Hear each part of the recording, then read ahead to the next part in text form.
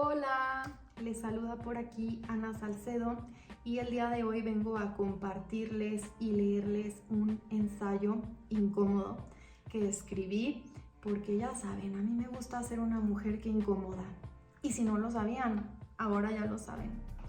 Creo que no es muy necesario dar un preámbulo, ya están viendo el título de este video y creo que ya saben de qué va este ensayo, así que sin más vamos a iniciar y que se prenda el cerro. Discursos de autoayuda o violencia simbólica. Un análisis crítico de El Temach y Diego Dreyfus. Autora, su servidora, Ana Cristina Salcedo. En los últimos años han surgido figuras como El Temach y Diego Dreyfus, quienes han ganado gran popularidad en plataformas digitales gracias a un estilo provocador, irreverente y aparentemente auténtico.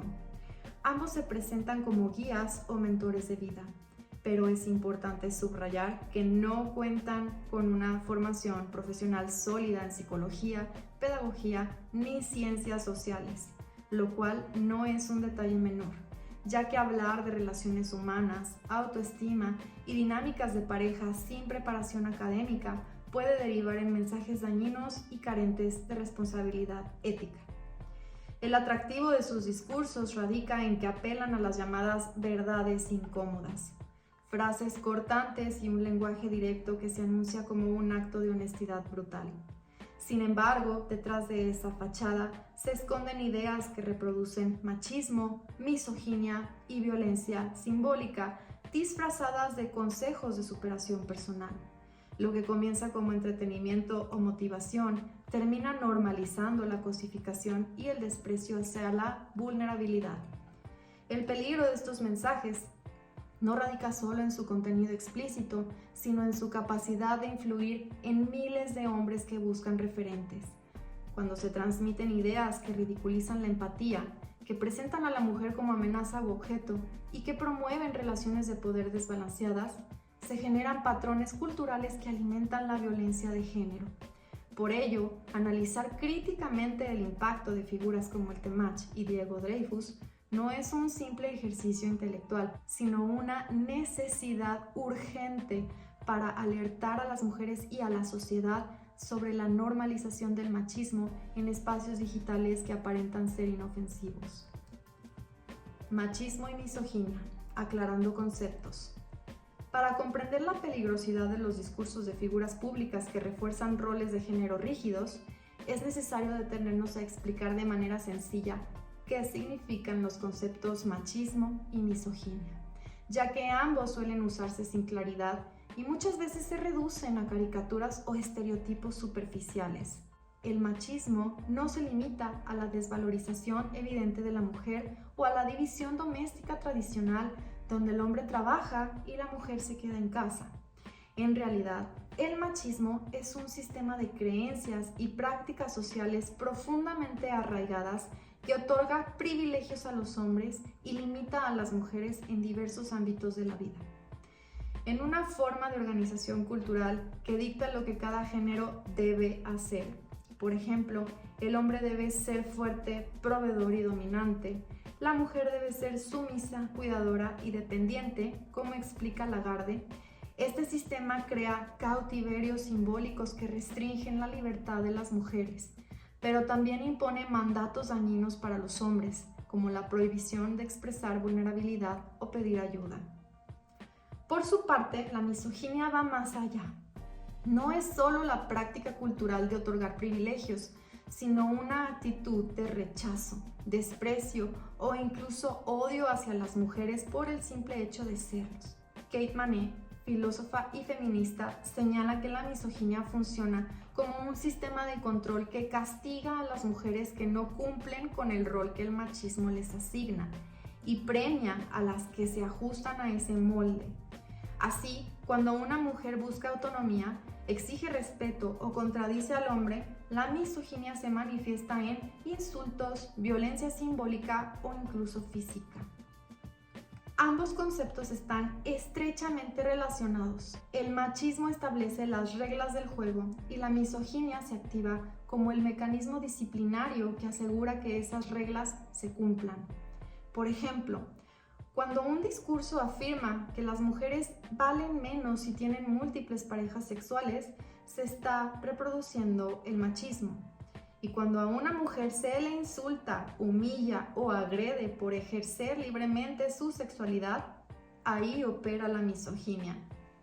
El problema es que al estar tan naturalizadas, muchas personas, tanto hombres como mujeres, creen que el machismo se limita a expresiones obvias y folclóricas, cuando en realidad sus repercusiones son mucho más profundas. Afectan el autoestima, legitiman desigualdades laborales, justifican violencias domésticas y estructurales y perpetúan un orden social en el que la mitad de la población vive en desventaja.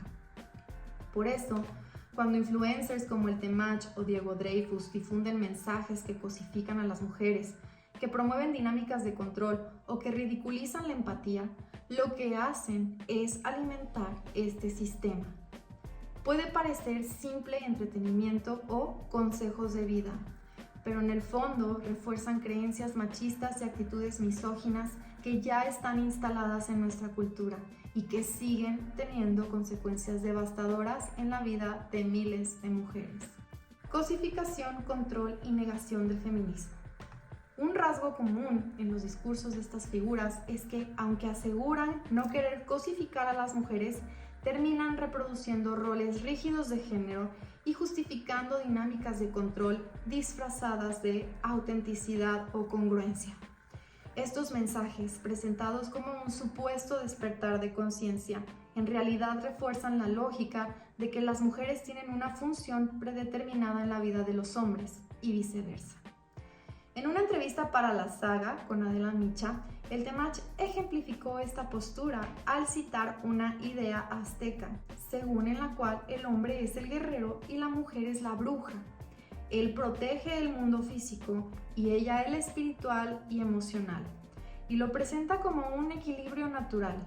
Pero en la práctica, este tipo de metáforas perpetúa la división tradicional de roles, donde el hombre es proveedor y fuerte y la mujer es encargada de las emociones y los cuidados. Pierre Bourdieu advierte que esta clase de narrativas funcionan como violencia simbólica, ya que presentan como normales desigualdades históricas y limitan las posibilidades de transformación social.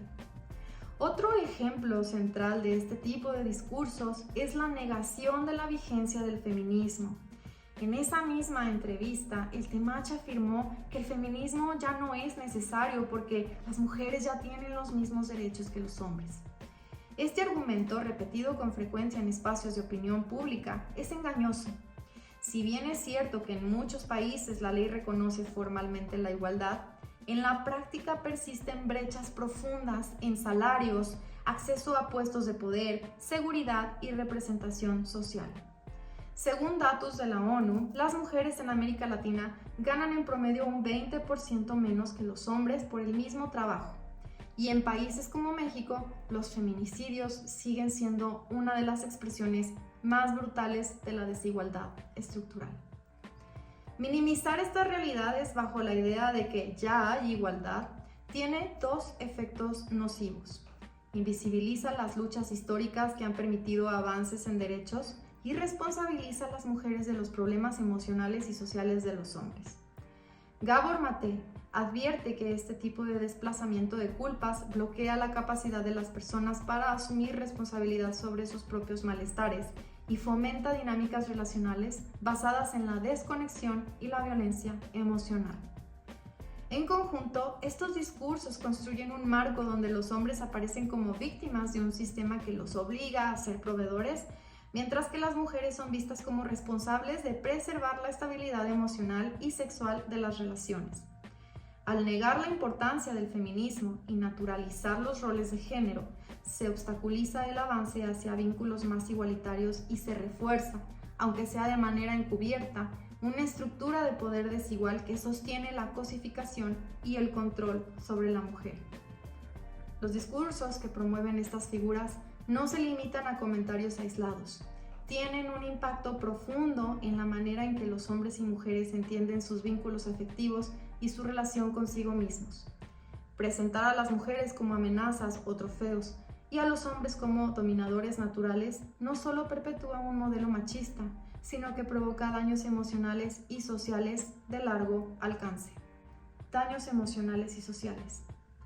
En el plano individual, Gabor Mate advierte que las experiencias de desconexión emocional y desvalorización generan heridas que afectan el autoestima, la capacidad de intimar y la regulación emocional. Los discursos que refuerzan la deshumanización de las mujeres y ridiculizan la vulnerabilidad masculina alimentan precisamente esas heridas, impidiendo que las personas puedan construir vínculos seguros y saludables. Desde la psicología emocional, Daniel Goleman ha mostrado que la empatía y la autoconciencia son pilares de la inteligencia emocional. Cuando se promueve la idea de que sentir, cuidar o reconocer las emociones es una debilidad, se bloquea el desarrollo de estas competencias y se normalizan dinámicas relacionales basadas en la violencia y el control.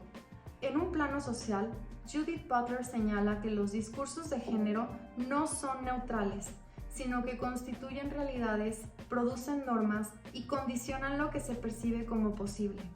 Así, cuando se insiste en que los hombres deben ser fuertes y dominantes y las mujeres deben aceptar la subordinación, se refuerza una estructura cultural que limita la libertad de ambos.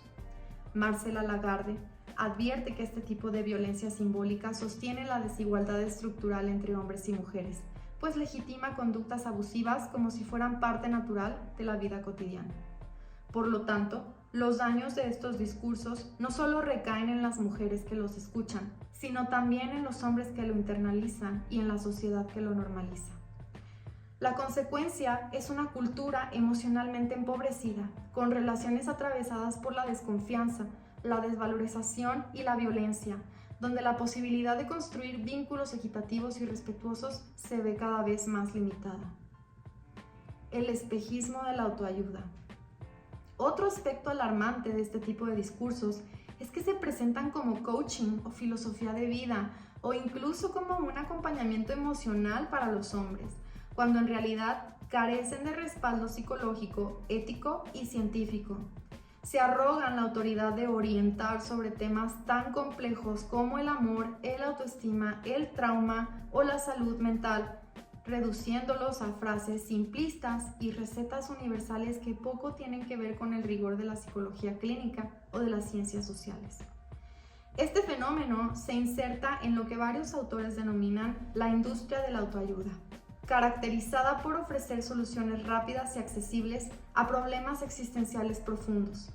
El peligro radica en que muchos hombres, no solo jóvenes, sino también adultos, adoptan estas frases como guías de vida, sin cuestionarlas ni aplicar un juicio crítico.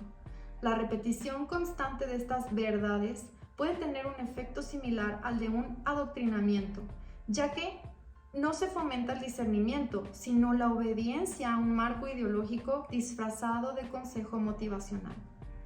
A ello se suma un matiz particularmente problemático. Estos discursos no solo simplifican la vida emocional, sino que refuerzan de manera encubierta creencias machistas y misóginas. Se difunde la idea de que las mujeres cuentan con algún tipo de ventaja o privilegio sobre los hombres en el terreno sexual, emocional o social, lo cual alimenta la percepción de una supuesta injusticia de género invertida. En lugar de visibilizar las desigualdades históricas que todavía persisten, se construye un relato donde las mujeres aparecen como superiores o manipuladoras, y los hombres como víctimas del feminismo o de una modernidad que los ha dejado atrás. Este tipo de planteamientos son peligrosos porque alimentan la desconfianza y hostilidad entre géneros, y puede derivar en la justificación de violencias. Como advierte Marcela Lagarde, la violencia contra las mujeres se sostiene en las narrativas culturales que legitiman la desigualdad, incluso cuando se disfrazan de discursos de libertad o empoderamiento masculino. En este sentido, la autoayuda que promueven estos influencers no emancipa, sino que reproduce estructuras de dominación bajo un lenguaje renovado y atractivo para las nuevas generaciones. Alternativas necesarias. Frente a la proliferación de estos discursos que disfrazan el machismo y la misoginia bajo la retórica de autoayuda, Es fundamental abrir camino a alternativas que promuevan una cultura relacional más justa y consciente. Una de las tareas más urgentes es visibilizar y apoyar a referentes masculinos que encarnen responsabilidad afectiva, autocrítica y respeto mutuo, así como modelos que cuestionen los mandatos de la masculinidad hegemónica y ofrezcan a los hombres la posibilidad de expresar su vulnerabilidad sin temor al ridículo o a la exclusión social. La educación emocional, como plantea Daniel Goleman, resulta clave en este proceso. Aprender a identificar, comprender y regular las emociones no es solo una habilidad femenina, como a menudo sugieren los discursos sexistas, sino una competencia humana esencial para construir relaciones basadas en la confianza y la reciprocidad.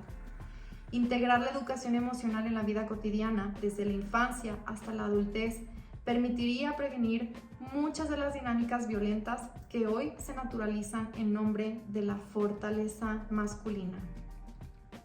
Asimismo, es urgente revalorar la perspectiva de género como herramienta de análisis y transformación social. Lejos de ser un capricho ideológico, el enfoque de género permite evidenciar desigualdades estructurales y diseñar estrategias para combatirlas. Judith Butler recuerda que el género no es una esencia biológica, sino un entramado cultural que puede y debe ser cuestionado. Reconocerlo abre la posibilidad de construir masculinidades y feminidades más libres, menos atadas a estereotipos y más abiertas a la diversidad. Finalmente, es necesario recordar que el verdadero poder no radica en la dominación, sino en la capacidad de compartir la vulnerabilidad. Practicar la empatía y construir vínculos justos, como señala Gabor Mate. La salud emocional se nutre del reconocimiento mutuo y de la conexión genuina con los demás. Apostar por modelos relacionales basados en la empatía y el cuidado mutuo no significa debilidad, sino una forma más plena y humana de ejercer la fortaleza. En contraposición a los discursos que promueven control, exclusividad y superioridad, estas alternativas muestran que es posible forjar un horizonte distinto, uno en el que hombres y mujeres puedan encontrarse desde la igualdad, la dignidad y la corresponsabilidad. Conclusión. Los discursos de figuras como el Temach o Diego Dreyfus no son inocuos ni meras ocurrencias del espacio digital.